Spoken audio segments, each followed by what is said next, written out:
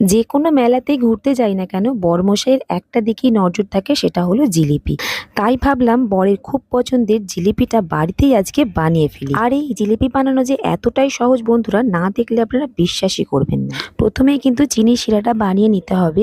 একদম চিটচিটে শিরা আমি আগে থেকে বানিয়ে নিলাম। এবার জিলিপির ব্যাটার রেডি করব। 1 বাটি ময়দা, 2 চামচ ঘি আর দিয়েছি হাফ প্যাকেট ইনো। যতটা পরিমাণে ময়দা নিয়েছি ততটা পরিমাণে কিন্তু জল দিয়ে ব্যাটারটাকে গুলে নিতে হবে। এবার ভেজে নেওয়ার পালা। একটি ফ্রাই প্যানের মধ্যে পরিমাণ মতন তেল দিয়ে তেলটাকে হাই ফ্লেমে ভালো করে গরম করে নিয়ে জিলিপিগুলোকে আমি ভেজে নেব। জিলিপিগুলো টেরা বেঁকা দেখতে হলেও খেতে কিন্তু কোনো অংশে দোকানের থেকেও কম নয়। গরম গরম জিলিপি ভেজে নিয়ে একেবারে গরম গরম চিনির শিরায় দিয়ে দেব। একবার এপিঠ একবার ওপিঠ উল্টে নিলেই তৈরি হয়ে যাবে দারুণ মজার খাস্তা জিলিপি। নিজেও খান, সকল পরিবারদেরও খাওয়ান। আজকের মতন তাহলে এই পর্যন্তই। টাটা। ভালো লাগলে অবশ্যই চ্যানেলটিকে সাবস্ক্রাইব করে নেবেন।